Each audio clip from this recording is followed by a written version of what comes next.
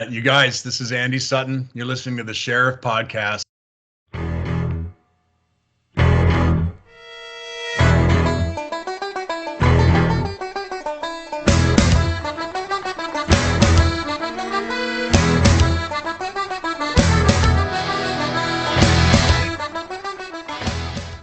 Welcome, everybody, to an exclusive episode of The Sheriff. Guys, tonight I'm able to have a gentleman that I truly look up to. Now, there's several reasons why I look up to this gentleman. First off, my guest today, his NHL playing career was cut short with the Toronto Maple Leafs due to chronic low back pain and eventually surgery. Ladies and gentlemen, what I find incredible is that at 23 years old, this man believed that there had to be a better way to deal with this chronic pain. And he opted for a career in chiropractic after his playing days. Ladies and gentlemen, I met this man just last week, but I already feel like I've known him for a long time. And I'm so happy to have him on our show today. So ladies and gentlemen, without further ado, Mr. Dr. Pat Graham. How are you doing this evening, Doc? I am doing fantastic, Sean, and it's a pleasure of mine to be on with the Sheriff tonight. That's for sure. Well, as we were talking before the recording, Doc, and I'm going to call you Patty if that's okay, because you did say that. I've been Patty since I was 4 years old. My first hockey coach was an Irish cop, and he was Patty, and I became Patty, and that was it. So that was. Man, that's absolutely fantastic. I love little stories like that, Patty, because although I may not look at it at first glance, I'm actually half Irish, dude, and hence the name Sean McMorrow. And yeah, I'd love to talk old Irish stories with you, especially since I've been over the pond, over to Ireland to play. But to be honest with you, Patty, I love to go to the beginnings with my guests because I have such big characters, just like yourself. The biggest characters come on my show. I want to talk about their beginnings. I want to talk about Toronto a little bit, my hometown as well. Now, was Toronto the actual birthplace for you? Yeah, I was born and raised in Toronto, born in the Leaside area, and then within a couple of years moved up to Leslie and Shepherd, which was back then we were the last development north, and then after that was just farmland. So it was an awesome spot to grow up. You know, like you get up on Saturday mornings, hop on your bike, and I come home at dinner time. You know, we'd make our own lunches and stuff. We'd, come home at dinner time, and my mom would say, how was your day? And I'd say, really cool. We rode our bikes up to this place called Unionville, and it's a neat little town, And, you look at where Unionville and everything is now, you wouldn't be doing that nowadays. So we had farms and streams and everything. It was a great spot to grow up. Wow, that's incredible. And I'm a big geography guy, Patty, and it's just I really appreciate little stories like that. And what a lot of people actually don't realize is that, Toronto, as a whole, was a farming community not too long ago, right? And now it's such a booming place that people don't even realize that. So the Leaside area was kind of like the cutoff, and then Leaside was where I was born. The cutoff was Leslie and Shepherd. We had just basically just farms above us until you got up to Markham, and it was a cool spot to grow up. I think that's something kids nowadays miss, sitting in an apple tree or having apple fights or dirt bomb fights and stuff like this. You know what I mean? Yet because we're in the big city, we just can't let kids run anymore. And I just had the run. I got up, I went, and my parents just let me go out the door and with all their buddies and stuff. And I really think, I look back on that, there was a guy on AM radio, and he grew up in our area, and he called it the greatest generation. And it was just a real cool time and place to grow up. That's for sure. Yeah, I definitely agree. And I love it, the fact that we're talking about this time, because in the timeline, I wanted to ask you about about your minor hockey, growing up. Right. Did you play in what would have been the MTHL at that time, or what was the minor hockey for you growing up? Yeah, it was the MTHL, and I started out with it was called the Don Valley Leafs, actually. And Right on. that was pretty cool in tyke hockey because we practiced Sunday mornings at like 5:30 in the morning at Maple Leaf Gardens, and it was Whoa. great. And then moved on to play with Wexford out of the East End. A couple on. years there. I think they're called the Titans now or something like that. And then on to the Marlies. And was with the Nice. Marlies for a few years, and then went down to St. Mike's to go to high school, and ended up playing my junior hockey, or starting my junior hockey down there anyway. Now, and thanks for sharing that. Now, Patty, I remember when we met last week at Bottom Line, like we were talking a little St. Mike's, right? Yeah. And I really appreciate kind of talking to people, especially if they're older than me, like about those types of institutions, because man, like I was only there for one school year and then the first month of the second one. And Right. that place really like made its mark on me, brother. Like it really like it was a big deal in my journey. Was it for you? Oh yeah. So even in that short period of time, you felt that. I really felt it played a huge role. The whole staff they just felt like they were there to help you succeed. You know what I mean? And they were tough on you, but they were fair, and they wanted you really had a sense that the staff wanted the best for you. And the cool thing is my grandfather, my uncle, my dad, and then my brother all went to St. Mike's, and then my three boys. We have three boys, and they all went to St. Mike's too. And it was a little different because it was private when they came through, but I think that's why we sort of pushed them in that direction, just because of what we felt that it did for us ourselves going to that school. It was That's a good experience. Yeah. So you're three boys. Okay, so now, all right, so I'm going to dig a little deeper into this. Now, I remember our conversation at Bottom Line. We were talking about, now there was other people involved, but Mr. Pagano came up, Father Moen came up. Right. I was explaining, sorry, go ahead. No, you go ahead. I remember the conversation. Yep, I was explaining that when I went there, Mr. Pagano was the vice principal. Right. And the St. Clair West subway station is very close located to the school. Like it's only, a couple minute walk. So he would actually hide in the bushes at St. Clair West and jump out. And if your tie wasn't done all the way up, you were getting a detention slip. And the point of it was to teach discipline. Right. Right? We all got it, man. Oh, yeah. Yeah, you got it. But like I said, I really believe it was fair. I believe it was fair discipline. Mr. Pagano was a history teacher when I was there. He wasn't the vice principal. So I remember him a little more laid back. Although, if you messed up in class, that changed pretty quickly. But he was a great guy. Father Moen, I remember, because I think we were talking about Father Moen with Mike Boland, who was right at the podcast, and Mike was good friends with him still, or I guess up until he passed away or whatever. So that's right. Yeah. So I remember Father Moen, but a lot of the guys, a lot of the priests, but even the lay teachers, the people that weren't priests, they had all played some sports, and a lot of them were St. Mike's grads, so they had that feeling and sensation too. You know what I mean? So it was good. It was really good. And that's why we pushed the boys to go that way too. Yeah, for sure. And I just felt like, man, if I have a guest that actually went to St. Mike's, but wait a second, now his three sons also went to St. Mike's, like we gotta talk about that place. Cause like I told you, it made it was such a big influence on me. I'm so glad that I was able to go. It's a big part of my journey, and I knew it probably was for you as well. So, Patty, I'm getting excited because this is the part of the show that I have so much interest in, and I'm so curious about, is when you hit junior. Okay, right. So we're talking the Marlies and the Niagara Falls Flyers. Okay, right. Now we discussed before the recording. Well, you brought up that that you were traded to Niagara.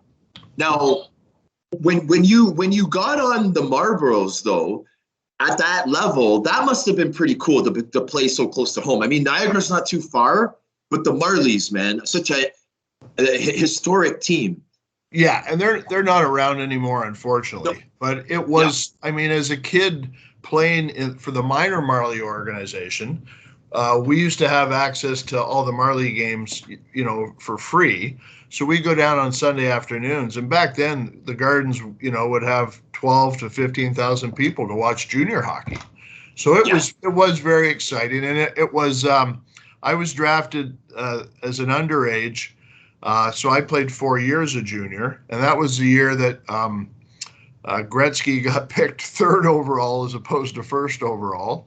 So that was in it. I remember being at the draft, and we're all just like, "What's going on here?" But they didn't think he was big enough to play. Right, Patty? That was Sault Ste. Marie, yeah.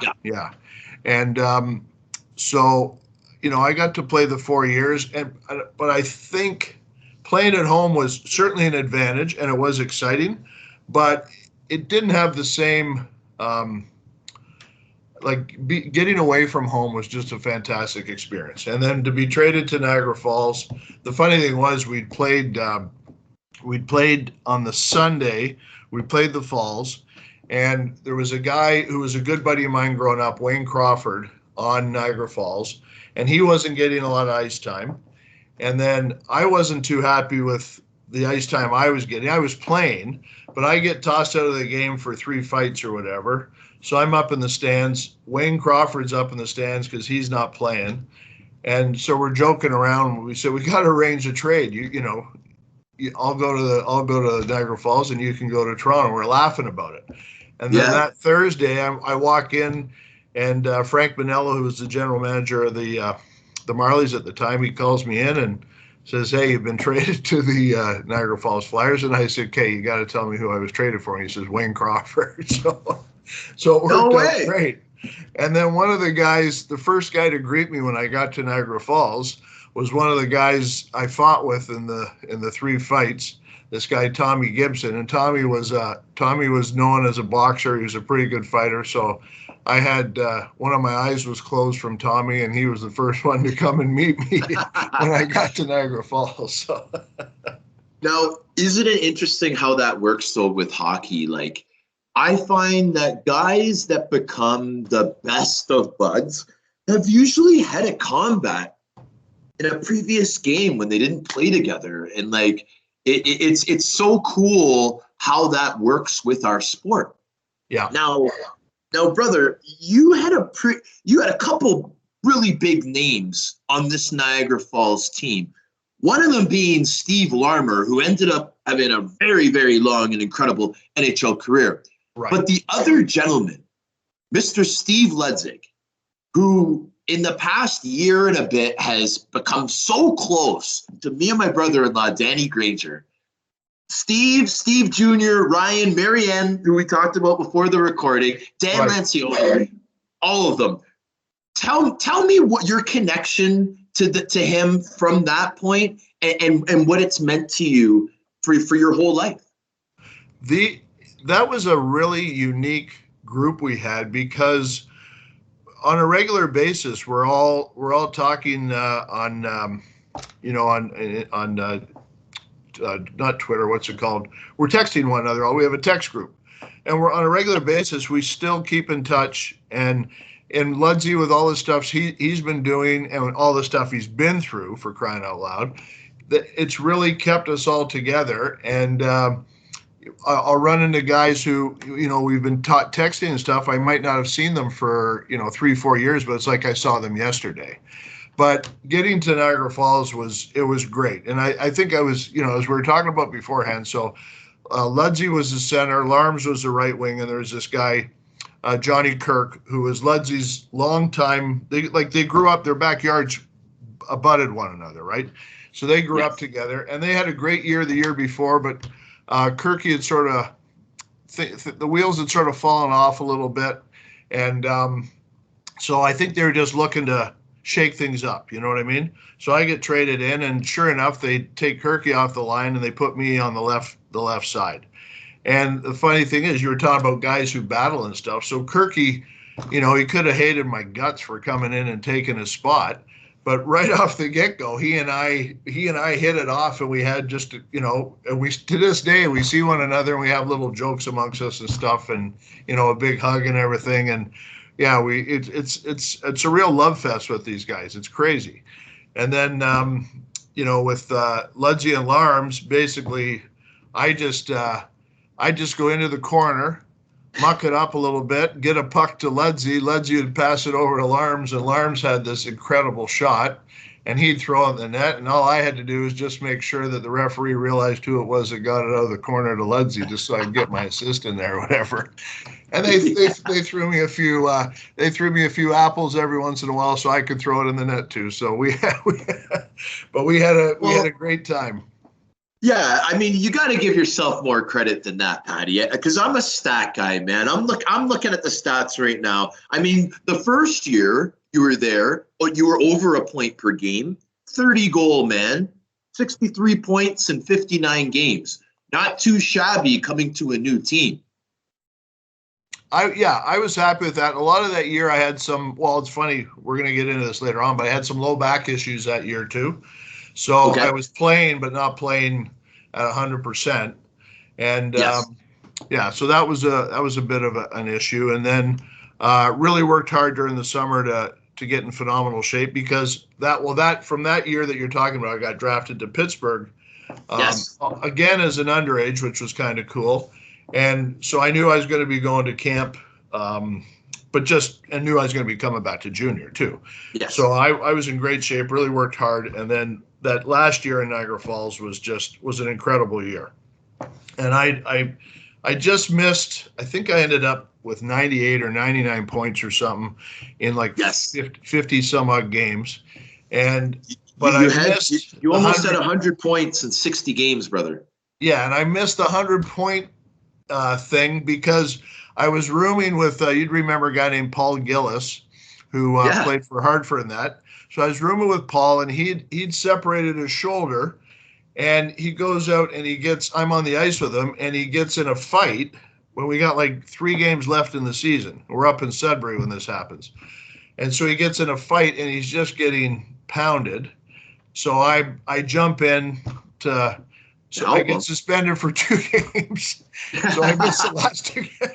Oh. So I missed my 100 points. And the best part is Paul Gillis is he's like, Patty, you didn't have to do that. I was doing fine. Meanwhile, his face looked like I'd been through an organ grind or something like that. So you should have said, we'd like to see your face if I didn't jump in. Maybe you wouldn't even be here, period. Exactly.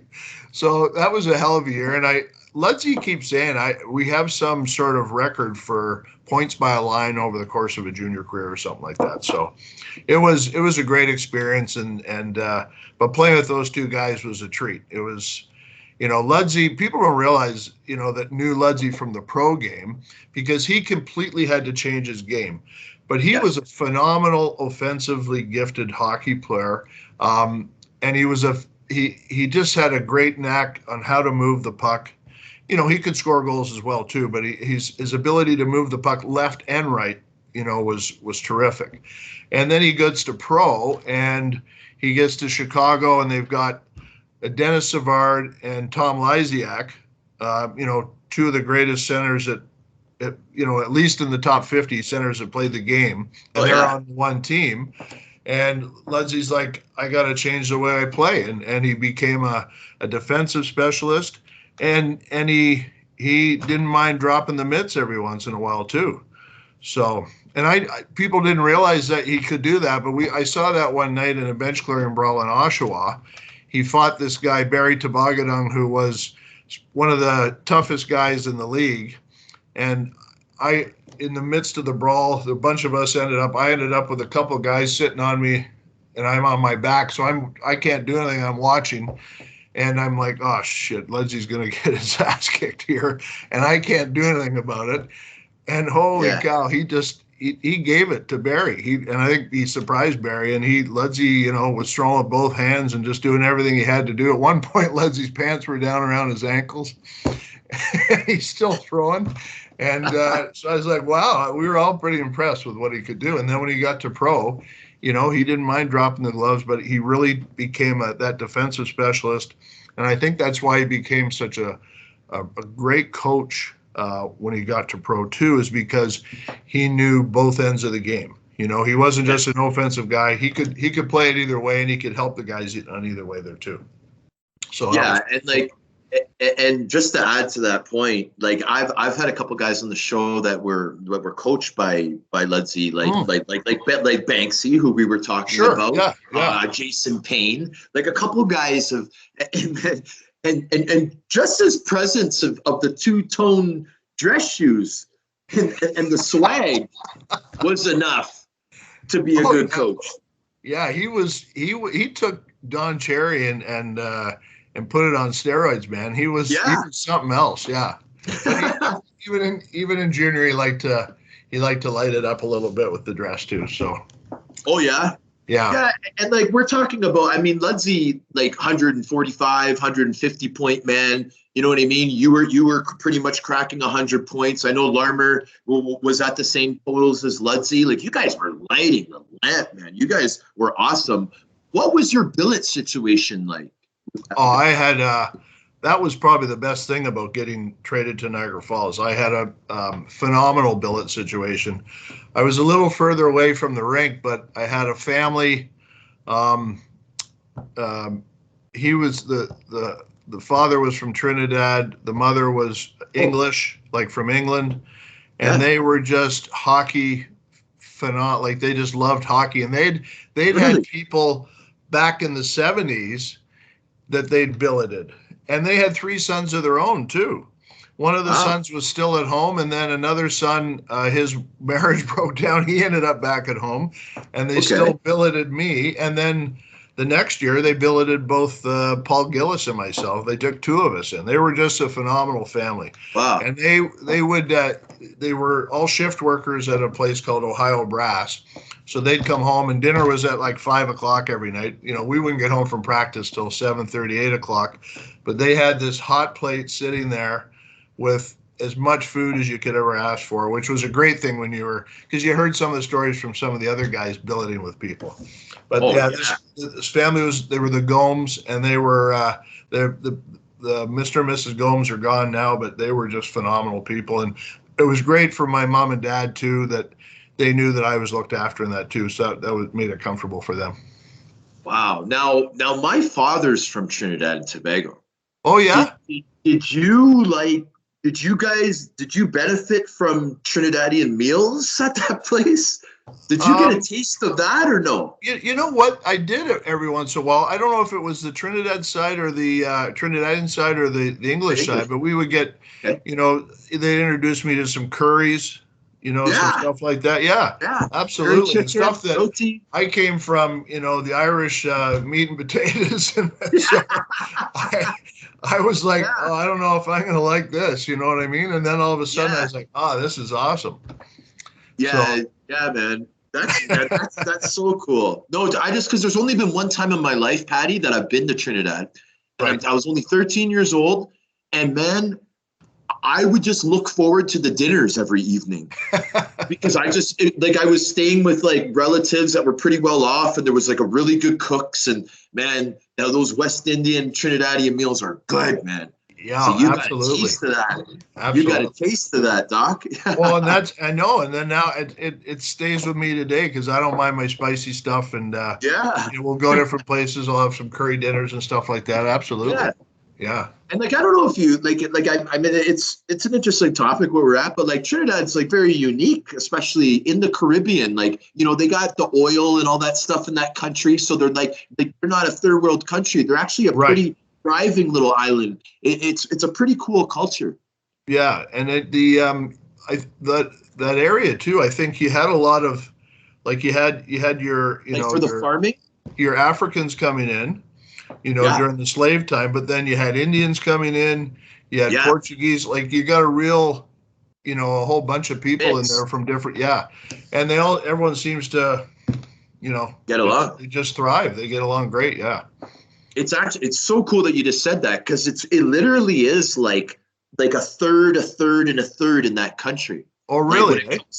when it comes to like black compared to East Indian compared to white, it's like a third and a third and a third, and it's like a Scarborough, like a Toronto diverse Trinidad. It's very, very unique place. Yeah, Very that's cool cool. spot, and I'm glad you got to be able to experience that culture. Well, yeah, and they like I said, they were just phenomenal people. And I probably did hear the story where they met, but like because she was right off the boat from me. They probably met in Canada. They probably both immigrated to Canada and met here in Canada. But yeah, Yeah, it right was on. they were phenomenal people. That's for sure. So I wanted to talk to you about the draft a little bit, okay? Like you got drafted, you know, in the 1980 draft, the Pittsburgh Penguins. Now, where was your draft? It was in Montreal. Did you Yeah, the go? draft was in Montreal. So Ludsey and I and Daryl Evans, we went down to Montreal for the draft, and we had that weekend was we were there for a couple nights, and we stayed in the same hotel room and stuff, and our agent set it all up, you know, for us, and it was a wild weekend. We had a good time, and it was really funny because Daryl Evans was a phenomenal hockey player, but he came through at a time he wasn't the biggest guy in stature, but this guy was built like Adonis, man. He was strong as could be, and he could shoot the puck. And so he's sitting there, and Ludsey and I and Larms, we'd all been drafted and stuff, and Daryl's hadn't been drafted, so he's you know, this guy has like the quickest wit going, and he's making joke after joke after joke, and then finally, you know, he gets picked by L.A. at some point late in the round or whatever. But it was a great weekend, and that was a really cool experience because the whole forum this was the old forum. The forum was packed. Like people are that into it to come and see the draft and stuff. Oh yeah. Yeah, so then you get picked and you head down, you meet the guys at the table and stuff. And I'd always been Eddie Johnson was our coach at the time, and he later became the GM. But I'd always been a big Eddie Johnson fan because he played goal for the Bruins during their heyday, and then Team Canada in '72, and then he played a little bit with the Leafs too. So yeah, I was a big fan of his. So it was great to meet him and some of the other guys there. Super, super, super cool. So now, okay, so Patty, these past two seasons, your last two seasons in junior were obviously incredibly productive. You know, Right. the 65, almost 100 points, right? So you had some really big momentum going into pro, like confidence-wise, production-wise, right? Now, when you were going to training camp, like, were you thinking in your mind, like, I'm going to play for the Penguins in my first year pro? Like, I was looking, bro, and I'm like, this guy played 42 games in his first year pro. That, to me, that's very impressive. Well, Being that young, playing with NHL guys, man. yeah, you're 20 years old and you come in, and I'd been, like I said, I'd been at the camp the year before, so I got to know a lot of the guys. And then I came in, and I'll be perfectly honest with you, Sean. My only goal in camp was make the American League team because it was called the International League back then, the IHL, the International Hockey League. And I don't know if people realize at that time in the early 80s, it was still like the movie Slapshot. You know what I mean? Yeah. There was characters down there, and you heard stories and the fights and brawls and stuff. And I was just like, okay, you got to make the American Hockey League team. You don't want to get sent. I think it was Muskegon was their International Hockey League team. Okay. So that's all I was thinking going into camp, and I had a pretty good camp, I guess. And so they said, you're coming with us down to Pittsburgh. So I was like, holy smokes, that was pretty exciting, and it certainly helped with the contract too, because you're on a two-way contract at the time, and so you're making the big dough and stuff like that. Yeah, so it was pretty cool. So we get down to Pittsburgh, and Mike Bullard and Doug Shedden, the three of us got a house, and it was Bully was a natural. He's such a great hockey player, but he just had such a great cocky attitude that he just fit right into the pro game. Off he went. For Shedzy and I, it was, you're nervous, you don't want to make a mistake, so you sort of played that way. And I'll never forget the first two games of the first game was in St. Louis in the old Checker Dome. It was their home opener. And then, 20,000 people in there. Then the next game was in Chicago in the old Chicago Stadium, 20,000 people, their home opener too. And I think I just skated around looking at the crowd the whole time. Yeah. Because the third game, they're like, "Hey, you're not dressing tonight. you got to figure this out, kid." So that was a bit of a wake up call. And the guys were great. There was the typical rookie stuff and that. It was all in fun, and it was a great group of guys though. And the Pittsburgh team was, we were very, very close. Most of us all lived fairly close too. And the guys, like, it was practice, everyone out to lunch, everyone having dinners and stuff. It was a real close group. So when I got traded to Toronto, and that was my own doing. I'll tell you a couple of funny stories about that. But when I got traded to Toronto, everyone's like, "Hey, you're being traded back, to your hometown." And I'm like, I don't want to. I want to stay in Pittsburgh. You know what I mean? Yeah. And Toronto was still the Ballard days, and it was a bit of a shit show with Ballard and stuff. So, but Jerry McNamara wanted me back, and so that was great. But yeah, I really was disappointed in having to leave Pittsburgh. But like I said, it was my own undoing. And we were talking about Eddie Johnson earlier. They had in my rookie year, I had a good run going. It was playing a fair bit, and there was one game we're playing Toronto, and we're up 2-1, and there's about 3 minutes left in the game, and Billy Derlego, who's playing for Toronto, goes wide on one of our defensemen. And our defenseman, he didn't really hook him or anything, but the referee, that Don Koharski, calls hooking on. So, and I knew Coho from the OHL. So I don't know what I'm thinking. I go, Coho, that's a bullshit call. I skate by him, and I dive through the air and slide on the ice. So next thing I know, I'm in for unsportsmanlike. So now we're down 5-on-3. And the defenseman happened to be this guy, Paul Baxter, and he's like, "Hey, Patty, see that guy selling popcorn up there?" And I go, "Yeah." He goes, "That's you, man. You're done. Like, after that move, what the hell are you thinking?"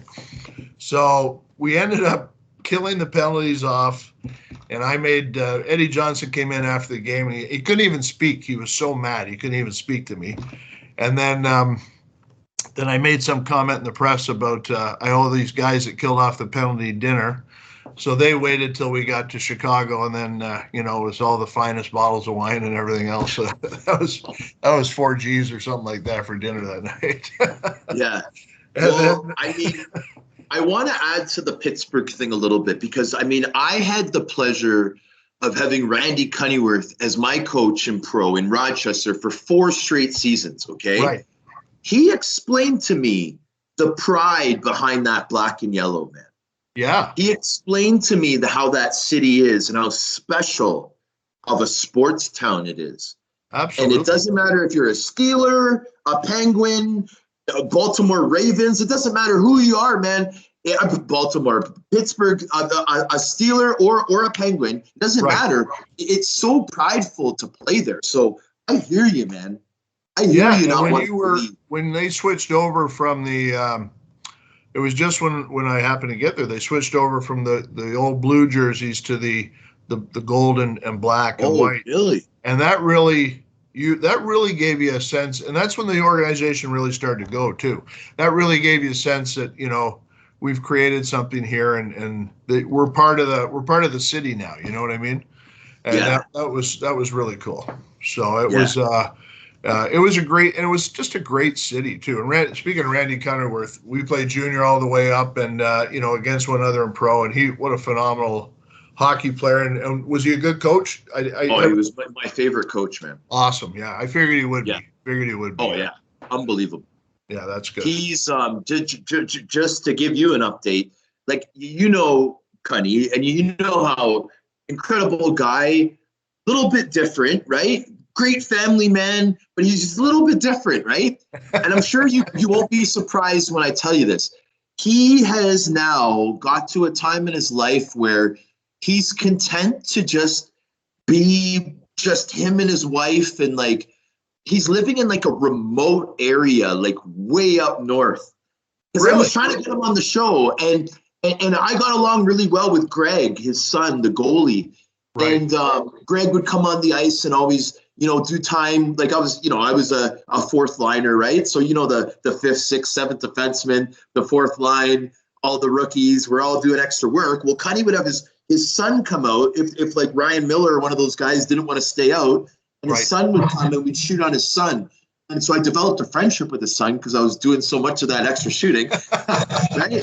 And so Greg told me, man, he's like, look, man, my dad has to drive like a half an hour just to check his email. Right. Yeah. So he ain't getting on Skype. Yeah. Yeah. Well, man. if you're talking to him, make sure you say hi to him for me, because he was one of the true gems, that's for sure. Yes, definitely. Yeah. Another thing I want to add to, you're really downplaying this living with Mike Bullard and the other guy, brother, because I had Bully on the show, and he must have went on about an hour about this house that he lived in with you, and he told me about the football guys and how cool everything was.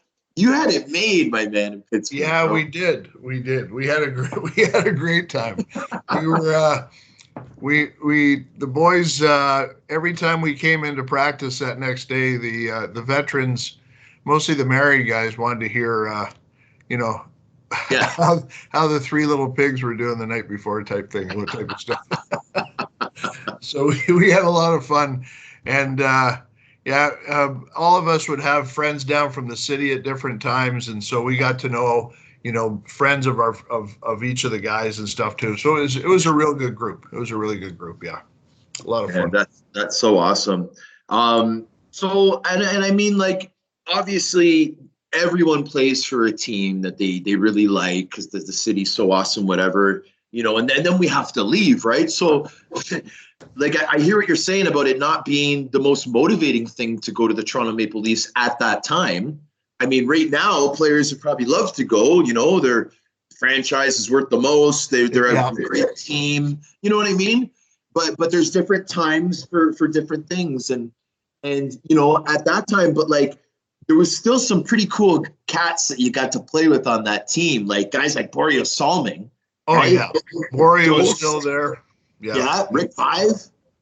They had, what we actually had a lot of good hockey players there. Like the front line of Vibder, Lego, and Anderson was a real good line. Peter Freacher, Miroslav Freacher, Peter Inachuk, and Walt Padamdi. That had been a good line. And then we had a bunch of really good bit players. You know what I mean? So, but the problem, it just the whole Ballard thing just made. Everybody was very individualistic. It wasn't a real good team feeling there. So, and I think they've done a better job of that now with the alumni and everything else there too. You know what I mean? So, and there's just that more respect for playing for what's on your jersey there now than there was back then. That's for sure. So, but there was some great hockey players, and Boria was, towards the end of his career, but he was still phenomenal. Ricky Vive was in the middle of his 350 goal seasons when I got there, and just watching that every night was incredible. And and we had my favorite was Mike Palmetier was still our goalie, because no way. Yeah, and when I was a kid playing ball hockey, I was Mike Palmetier in that on the street. So, and he was still there. Yeah, Mike Palmetier was the goalie that year that you're there. So it was fantastic. It was a lot of fun, and you come in and we had a lot of rookies too that were pretty good. But yeah, it just never materialized. And then towards the end of that year, I was battling a lot of the back issues, which eventually led to the decision. So yes, of course. Now before. Well, and I guess you tell me if it was before or after the decision, but the following season, you got to do a pretty cool experience, right? Because I looked up this town. And this is the description that I was given. I was given the description that this town was like an incredible health resort town in the middle of the mountains. Yeah. This team in Germany that you played professional hockey for. Right. It was a beautiful town, and it was an Alp. They had ski jumping there, like the high and the low one. They had all kinds of winter sports stuff, and everyone was hiking all the time. The traditional, you'd see the Germans out in their lederhosen out hiking and stuff with their hiking sticks. At the time, we were right on the east-west border, and so there was a fence, and it was called no man's land, and I think it was 100 meters from the fence to the border. But they had these outposts every kilometer, I think it was, with the soldiers up in there with their machine guns and stuff. So I used to go out for runs in that, and you'd be running along, and these guys would have their machine guns trained on you. And I just used to piss them off. I'd wear fatigues and stuff when I was out running. So just to see, probably wasn't the smartest idea when I was doing it, but it was. I just wanted to see the reaction I get when I was running through the forest. So, but it was a beautiful little town. Unfortunately, the team wasn't the best team. Okay. Every team had 6 German Canadians, and then 2 Canadian imports. My team was all Polish guys. Nothing against Polish guys, but they weren't. They could all skate and everything very well, but they didn't understand the game very well. Yeah. So it was a bit of a frustrating experience because this team brought me over to try and go from 2nd division into 1st division, and there's no way we were going to do that with the team we had. So I left at Christmas, and I came back and hooked up with Detroit's farm club, Adirondack. Adirondack, yes. Yeah. And had an awesome time playing for one of the best coaches of all time, a guy named Billy Deneen. He was there, and it was almost like it was all ex NHL guys on this Adirondack team. Really? It was crazy, and our goalie was Kenny Holland, actually. So, oh way, he went on to do some pretty good stuff, and so it was a lot of fun down there. And then Detroit actually offered me a contract. To another 2-way contract, and that's when I said I can't play the way I have to play, so that's when I decided to make the move.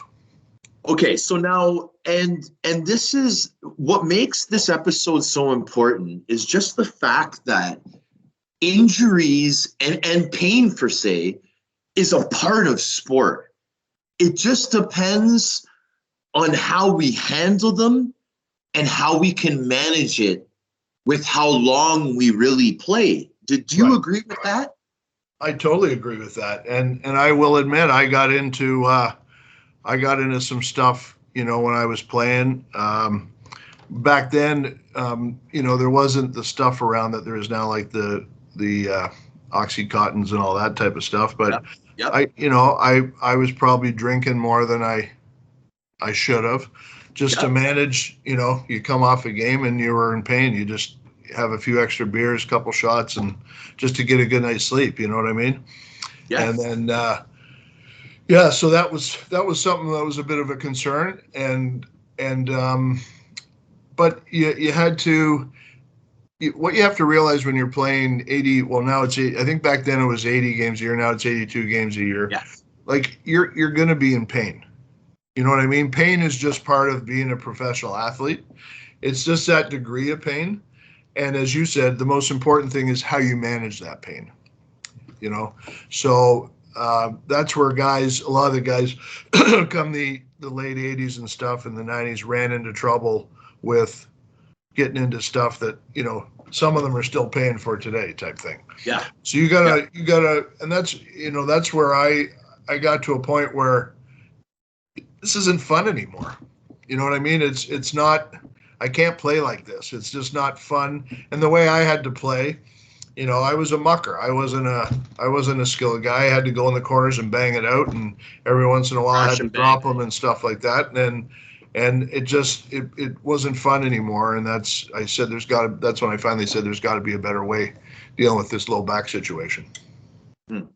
So now I know that from a very young age, like early 20s, like this is on your mind, But like, when did you actually, like, I guess it would have been when you went to school for it. Like when did you really like say, okay, this is my career now? Like, when Detroit, excuse me, when Detroit offered me the contract, I had the decision to make at that point. And I had already sort of started thinking about the chiropractic thing. And that was because, growing up where I told you I grew up at Leslie and Shepherd, there was a guy, a Dr. Gibson, in a house practice.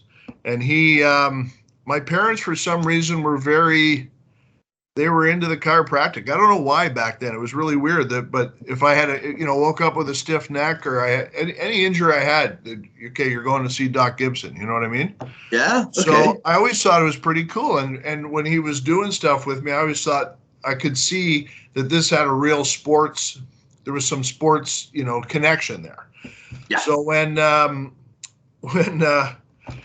I finally made the decision, I thought, yeah, I'm gonna go back to chiropractic, and I had to make that decision at that point because you're now 25, and the longer I wait to go back to school, because I had to go back and back then you needed a Bachelor of Science, so I had to go get the Bachelor of Science, and then 4 more years after that for the chiropractic degree. So I figured that I got to make a decision, and I made the decision, and off I went back to school. So. Right on. So you actually, like, because you were playing, so while you were playing senior, you had started at U of T? Because you graduated in 88, right? But you were playing senior like 86, 87, 88. Yeah, I just went back to play. It was right on. I just this guy Donnie Robertson out of Brantford and Flamborough, he contacted me and he said, "You don't have to practice. You can just come and and play the games." And that was pretty funny because I would pick up 2 guys to come with me out of Toronto to go to the games, and one guy didn't play a whole lot, and so we'd be driving to the game, and he'd be popping beers in the back, and me and the other guy are trying to get a mind on for a game. So it was a lot of fun, and then and we had a bunch of great ex-pros on that team too. Cool. And we ended up winning the Allen Cup my last year there. So nice. Yeah. So and actually the same guy Donnie Robertson has asked me. They're trying to do a little 8-game series for senior hockey right now. So he's asked me to come back and help coach. So I'm going back to help coach they're called the Flamborough Ducks actually. So yeah. Well, congratulations. So that'll be kind of fun. But they don't tell you got to do this course and that course and all this stuff. I just wanted to go back and coach. Yeah, buddy. Right on. So, okay, so in 88, Bachelor of Science in Human Biology. Very impressive, my friend, right? Then you went to graduate from the Memorial Chiropractic College in 92. And then in 92 is when you began consulting with the World Series champs? Well, that's a cool story. So you get your diploma. Well, you get your diploma, but you don't get your license right away. So basically, you finish up in June, and you don't get your license till sometime in August. So I'm in downtown Toronto. I'm at a bar, believe it or not, and I run into Tommy Craig, who was the trainer for the Jays at the time. And he had become, he's from like South Carolina or something. He's got a real twang, and he'd become a hockey fan though. So I'm in the bar, and he comes up to me, and I go, "Hey, you're Tommy Craig." He goes, "Hey, you're Patty Graham." And I said, "Yeah, how the hell do you know that?" He goes, I remember you from playing hockey." So he says, "What are you doing now?" And I said, "Well, I just graduated from chiropractic college. I'm waiting for my license, and I'm going to be practicing." He goes, "Where are you going to be practicing?" I said, "Well, I'm going to be at Dundas University," because I'd met a guy, this Peter Mackay, Dr. Peter Mackay, and he wanted me to come and work with him for a couple of years and then take over his practice because he was moving to San Diego. And so anyway, and Pete had met Tommy before somewhere too, so it's just a small world. So he says, "Well, listen, if I'm going to come up and see you, and if you're any good, I'll send some of the guys up." So sure enough, he comes up, and I guess he was happy with what I was doing. So next thing I know, here I am trying to build a practice, and I got Robbie Alomar and all these guys sitting in my waiting room, and people are coming in and they're going, holy smokes, this guy must know what he's doing. Meanwhile, I'm right out of school and I don't know what the hell I'm doing. But so that's where it started. That was September of '92, right, going into the World Series. Yeah, yeah. And so was that the first one or the second one? That was the first one. That was the first one. Very first one, yeah. And it's one of the best teams of all time. Unbelievable. Unbelievable. And great group of guys, too. And then the strike came, and in 94 or 5, Tommy's still with the team, but at this point, they were still coming up to my office. And then Tommy calls me. He says, Henkin's pitching tomorrow. He's got a bad neck. Can you come down to the ballpark to fix him up? So I said, I'll be there, give me 10, 20 minutes. I'll be down there. It was on a Saturday afternoon, I think it was. So meanwhile, we're having a barbecue at the house that night, like that afternoon. So anyway, I get down there, and the team doctor, Ron Taylor, great guy, but he says, you can't treat here because I don't know the insurance scenario. You know what I mean? Okay. So it's nothing about you. It's nothing about what you do, because he would send me people too. But he goes, you can't treat in here. I don't, Pat's going to have to just make do with.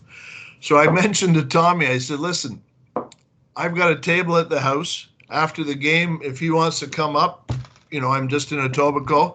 If he wants to come up, he can come up, and I'll treat him at the house. So I threw it out there, you know what I mean? And next thing I know, him and Ed Sprague came up and for treatments, because Ed was hurting too. On your door. Yeah. And we're having a barbecue in the backyard. We got people in the backyard. Oh my God. So thank God I'd only had maybe 12 beer by that point. No, I'm kidding. So anyway, they bring him in the house. I treat them both. Pat's like, oh, thank you, Doc. That's awesome. So I said, come on into the backyard. So they both sat and had a couple beers and a bite to eat in the backyard. Yeah. And then they both went back, and Henkin pitched a beauty the next day, and Sprague played. But the great thing was they were both the team union guys. Sprague and Henkin were the team union guys. So they go to whoever they went to, and they said, this is bullshit. We got to get this guy in-house because of what happened yesterday type thing. Yeah. So next thing I know, they did all the due diligence with the insurance and stuff, and I've been in-house ever since. So.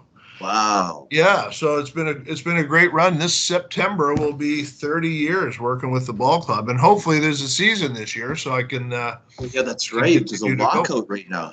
Yeah. So that was a good story. Yeah, no, that's awesome. I'm a huge Blue Jays fan.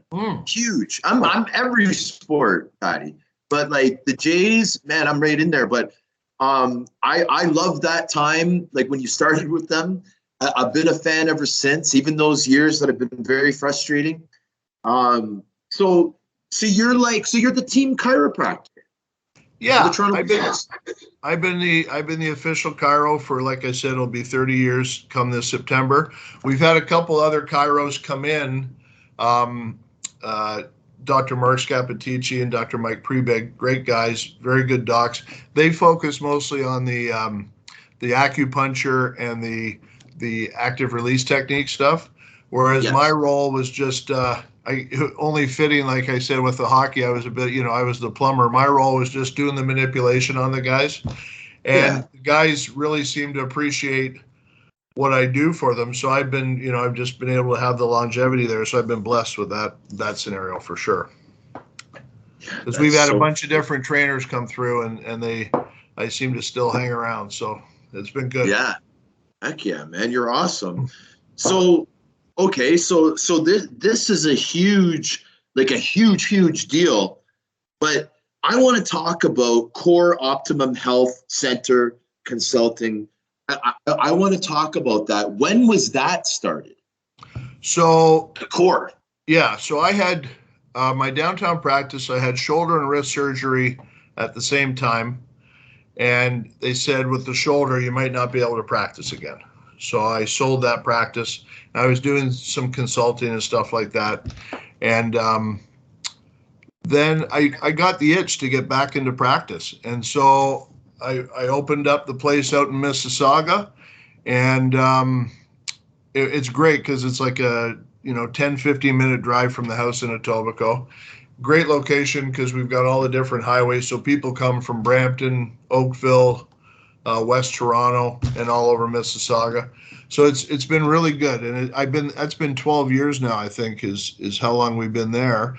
And that's about the time where treating all these young kids in hockey and different sports coming in, and I was seeing concussion after concussion after concussion, and that's when I reached out to our good buddy Kerry Goulet with Stop Concussions. Yeah, because we wanted to start looking at baseline testing with the impact tests that the guys do and everything. And so Kerry and I hooked up, and then he's introduced me to Dr. Scott Haller from Shift Concussion, which is a great program that's basically a mirror image of the University of Pittsburgh Medical Center, which is the concussion center in the world. When Sid had his issues, that's where they figured everything out. And if Dale Earnhardt Jr. or whatever, you have a concussion, you go to the University of Pittsburgh. So that's where all our trainings come from, and that's all thanks to my meeting with Kerry Goulet. So, wow. Yeah. So what's next on that front? Do you know yet? Like, what's the next step with joining these forces that you're meeting with? Well, Stop Concussions has done a great job of, they're very hockey focused, okay? And they've done a great job of concussion prevention by looking at what you can do as a coach, an organization, a league, for not only rules, but what you can do on the ice, teach kids what they can do on the ice to avoid getting into that concussive contact situation, okay? Which is great, and that's a big part of it. But over the years of watching these kids come in and what I've seen with phones and computers and stuff like that, I'm seeing these kids come in and I'm like, if they only did this, if they only did that, maybe they wouldn't get concussed. So that's where I just, mentally taking notes and writing stuff down here and there. And then with COVID, sitting around for 3 months, I thought, shit, I'm going to put this down. You know what I mean? I'm going to write about this. And as it got going, it just took on a life of its own. And I started out very hockey focused, but then as I got going, I also realized so much of this applies to, and it doesn't have to be a contact sport. There's stuff in the book that we're talking about, or going to be talking about, that it's not just a contact sport. Things happen in soccer, things happen in different sports. And I saw these things that kids or athletes in general could be doing that might prevent a concussion. So that was sort of my thing. And then once I got going with it, the coolest thing for me was, I'm like, well, yeah, that could prevent a concussion possibly, like a seatbelt could prevent a death in a motor vehicle accident. But this is also a performance enhancing thing too. Like the stuff we're talking about posture. The better posture you are, the better you can breathe, the better you can see, the better your body moves. You're going to perform better. Not only potentially prevent a concussion. Talk about the eyes. Talk about neck strength. Talk about I'd have to go through it all, but there's so many things, and it was all cool because none of the stuff I talk about has any negative effect, but the positive effect, besides the potential for concussion prevention, is performance enhancement. So that's sort of where I want to get to now with Kerry, with Stop Concussions, is broaden, take it out of the hockey realm completely and broaden it to other sports, and provide this information to kids and their parents, and it can be an adult athlete too. Just information that is so simple to do that might stop you from experiencing that concussion. Because as we know, I'm sure you've had a few, there's lasting effects there. You know what I mean? Yeah. Oh yeah. Like my last one knocked all the color right out of my hair. So, I mean, it's been but yeah, I had a few along the way, and I'm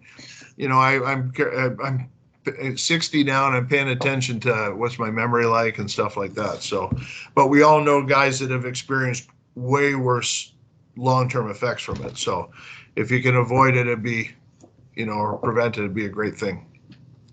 So Patty, the first thing is, I have to condone you lying on the show saying that you're 60 years old. You don't look any older than 45, brother. I don't know what's going on here. Some kind of flattery will get you everywhere, Sean. Thank you very much. Okay, so now what about the book? The book. Yeah, I called it the Concussion Prevention Playbook because the way it's sort of done is there's a little story at the start of each section about an actual client of ours. I've changed the names, but an actual client and what happened to them, and then what they could have done with the information I'm providing to help them prevent the concussion. So it's not long. It's like 50 pages long. I've brought it down to a simple, fairly simple reading level. There's going to be some fun. I've got to get myself an illustrator right now. That's the last thing I have to do. So I'm working on that to have some fun pictures and stuff. And I've tried to make it as simple and as quick as possible. But there's also, as you go through the book, there's going to be some links to websites so you can go and learn exercises. Just click on that site and learn exercises and stuff. I'm going to have it in an ebook form as well as a hard copy form. And I want it to have a bit of a fundraising component to it as well too. So for Stop Concussions, for instance, if we sell books, a portion of the proceeds will go to Stop Concussions and that type of thing. So because that's been something that got me started on this road. Yeah, see, all this stuff is so incredible, Patty. It's so good that you're doing this, man. Like I got it to tip my hat to you, man. Like I appreciate guys like you doing this because you're the leaders that are leading the way to make a new wave of sports medicine, to make a new wave of ways to rehab, ways to be better, ways so we don't have to be in pain. Well, I must say, like I said, it just started because of having the time on my hands with COVID, but it really has been a fun process. And little things will come to me, like, swear to God, last night, 2:00 in the morning, this little thing about posture popped into my head. So I got up this morning and threw that into the draft. You know what I mean? Like very little nice. things. Yeah. So yeah, it's a fun process. And it's all been driven by seeing these young kids come through my clinic with concussions, whiplashes, for instance, shoulder injuries, kids on phones, on computers and everything else, their posture, they're really starting to get rolled shoulder posture. We have kids coming in, girls hockey, no hitting, but they get squeezed into the boards. Next thing you know, they got a separated shoulder. You know what I mean? So little things like that we talk about in the book too. So it's all been driven by seeing these kids come through and having the 3 boys myself. I wanted to protect them somehow and hopefully, they won't get concussed, they won't have injuries and stuff like that. Although my youngest guy who's down at Cornell University playing lacrosse, we were just down to see him this weekend. He Cornell? Yeah, he's playing lacrosse down there. So he just dislocated his shoulder so badly they had to put him right out to get it back in. And now they're going to have to do surgery on March the 10th, I think they're talking about. So, but that wasn't a posture issue. He's got good posture because the old man's been on him. So. Okay, good. Well, I wish him the best of luck with that surgery. Thank you. Now, Doc, so like, I mean, people are listening to this and they're like, my hero, Pat Henkin, and my other hero, Ed Sprague, got this man directly in by getting his treatment. That's how the best business is spread, by seeing someone's work, by experiencing someone's work. Then you want to buy. And it's in so many different types of businesses, Doc. For sure. Right? The proof is in the pudding. So now, how does one get a hold of your business in Saga? It's very simple. It's just the website is thinkcore.ca, and that takes you right to the website. Can you say it one more time? What's that? Can you say it one more time? Thinkcore? Thinkcore. Think like thinking and core. So thinkcore.ca, and it's that takes you to the website.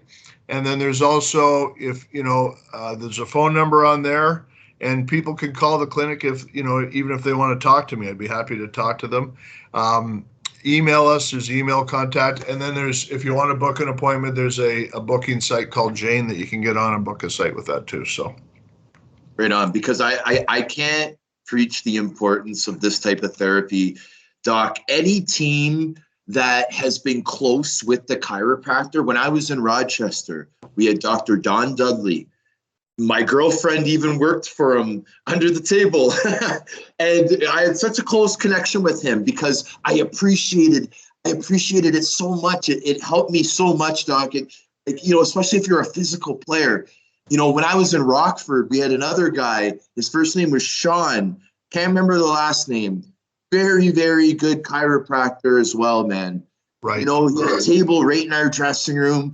Anyone that was smart would go to him, and you'd feel so much better. And I can't even tell. I can't, for the listeners out there, get a treatment. If you've ever gotten it. No, but Doc, honestly, wouldn't you suggest that if they've never gotten the treatment to check it out? Because it could be a game changer for some people.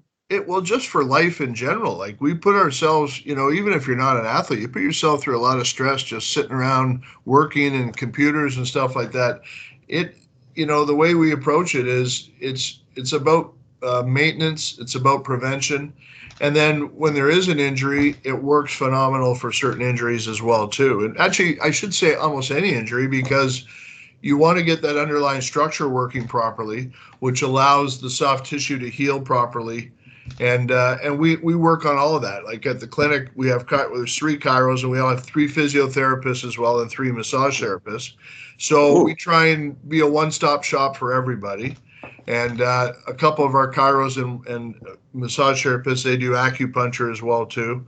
So yeah, we got the whole gamut there, and something will work for you for sure. But the chiropractic side of things, like with the Jays, for instance, I'm down there every second home game. I may see 6 to 10 guys each time I'm down there. Maybe one of them has an injury that needs to be looked at. The rest of them are just doing it. And these are professional athletes. They play 162 games a year. They want to feel good when they go on the field. So they just come on, they hop on the table. Big Vladdy lies down, and he just nods at me, and I treat him foot to head and gives me the thumbs up when he's done, and off he goes. It's a great thing. And these guys appreciate just feeling fully functional, I guess is probably the best way to put it. Now, all jokes aside, is Vladdy going to learn English or what, man? Vladdy Can he speak a little now or no? Vladdy is actually quite proficient in English. What? I just think he's not comfortable. Confident. Yeah, he's just not confident on the interview process. Oh. No. So you speak to him in English? Yeah. Okay. Yeah, we can communicate quite fine. Yeah. Good. You got time? Got time for a really funny story though? I would love to hear. So Teoscar Hernandez. Yes. Okay, so he's one of my favorites. The guy's an amazing, amazing athlete. Now, these guys are all from the Dominican Republic, which I've recently learned a lot about that country, but please continue. Yeah. So anyway, he would come in. One of our trainers is Spanish. So Teoscar would come in when he was a rookie, and he would talk to the trainer in Spanish all the time. And I knew he was from the Dominican. So I just say hi and stuff, and he'd just nod. And so one day the trainer says, "Patty, can you look at Teoscar's back?" So I said, "Sure." So he comes over to the table, and I'm like going, "Is it upper back, mid back, low back?" And I'm doing all these hand signals, right? And he just sort of points to his low back, doesn't say anything. So then I'm like, "Okay, go face down on the table, face down." And he just turns to me and he goes, "What the fuck's wrong with you?" So I go, "You son of a bitch, you speak perfect English." So we both started laughing our ass off. His girlfriend's from New Jersey. Like you wouldn't even know he doesn't even really have an accent when he speaks English either. Wow. So anyway, yeah, so he's been a regular since that time. Oh, dude. Yeah, no, man. Those are the best stories. I appreciate that so much. That guy can hit them out of the park like it's nothing. That guy's incredible. He is pure. He's pure. Yeah. That's why I want the season to get going, because we got such a great group of guys. I'm looking forward to winning the East this year. Man, that is now. I agree with you. It's so cool that you even brought that up because I forgot. I'm like, man, the Blue Jays have like the best core in the league. Yeah. Right. The best absolutely. young core. I wouldn't trade the Jays core for anyone else's core. 100%. 100%. You agree? I totally agree. Yeah. It's very exciting, man. Doc, you're part of a really good organization, buddy. I'm very excited for you guys this coming year. I gotta get myself out to some games. I haven't been. Well, that's why we get down to a game together. We'll grab Danny and we'll head down. Yeah. Well, Danny will love to hear that. He's a huge Jays fan, as am I. So that's wonderful, Doc. But now, before I let you go, I have to ask you. I'm going to put you on the spot. Will you come back for a part 2, Doc? Because there's a lot of other things that I'd like to get into, including some mental health stuff and other things. So would you be willing to come back, Mr. Patty? Sean, I'd be, yeah. You know what? And I got to say something to you. Like, you're a natural at this, man. You are, you just let it flow, and you're great. So I'd come back, but yeah, you do an awesome job, and it's been a lot of fun, and I'd be happy to come back. Well, awesome. Well, listeners, you've heard it here. The Doc said he's coming back. We're going to hold it to him. We will take him physically from his home if he doesn't. But I want to thank the listeners for tuning into another episode of The Sheriff, featuring special guest, the Doc, Patty Graham himself. I learned so much today, brother. I really appreciate it. We will see you soon, and we're going to sign out now, guys. Woo!